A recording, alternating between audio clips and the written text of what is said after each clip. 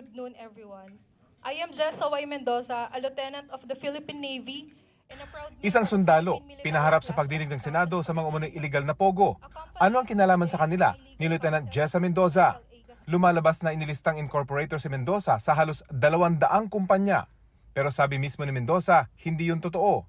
My name, taxpayer identification number, and signature were used to incorporate no less than 193 corporations. Of the said number, more than half, or around 102, have foreign-sounding names. I was not aware of the existence of any of these corporations. Ang hinala niya, nakompormiso ang kanyang TIN ID nang hiramin ito ng kanyang pinsan noong 2016 para sa itinayo raw nitong travel agency na di rin naman daw nagbukas. My name was used initially in the year 2017, ma'am. So the year after na hiniram yung ID nyo. Yes, Your Honor. Hanggang magsimula raw siyang makatanggap ng mga letter of attorney noong 1 taon. Mangiyak-ngiyak si Mendoza. Takot daw siya sa magiging epekto ng sinapit na identity theft. I'm of course concerned that the possible criminal record that my situation will expose me to might hinder my pursuit to serve the nation and negatively affect my career progression. Sorry po talaga. Suportado naman daw ng Philippine Navy si Mendoza at ang pagsisikap niyang malinis ang kanyang pangalan.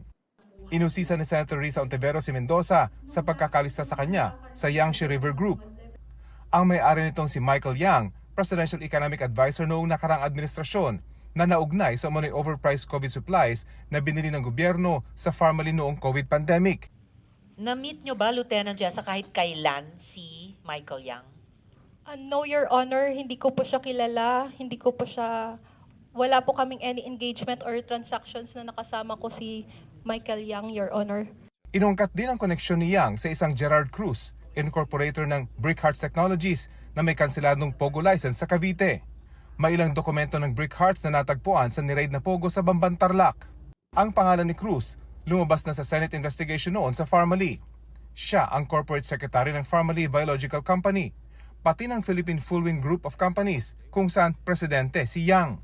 Sabi ni Ontiveros, tila Pharmaly Group din umano ang nasa likod ng mga Pogo dahil pare-pareho ang mga personalidad. Ngayong lumitaw yung connection Gerald Cruz at papuntang Michael Yang. Tingnan natin saan tayo dadali ng ebidensya kung this time around makokonekta yung dotted lines hanggang kay Duterte. Sabi ng PAGCOR, nasa radar nila ang pangalang ito pero For now po, sa ngayon po, wala po kaming masasabing information about that po, connection with higher officials po.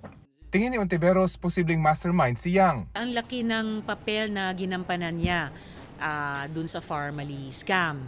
At kung parehong Pharmaly Group ay nandito rin pala sa Pogo, so posible, malaki din ang papel niya dito. Todo tanggi si Yang na sangkot siya sa Pogo.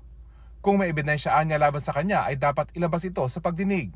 You have to make a very clear connection kung ano yung illegal acts that a particular person is a part of, not simply because he is in the corporation.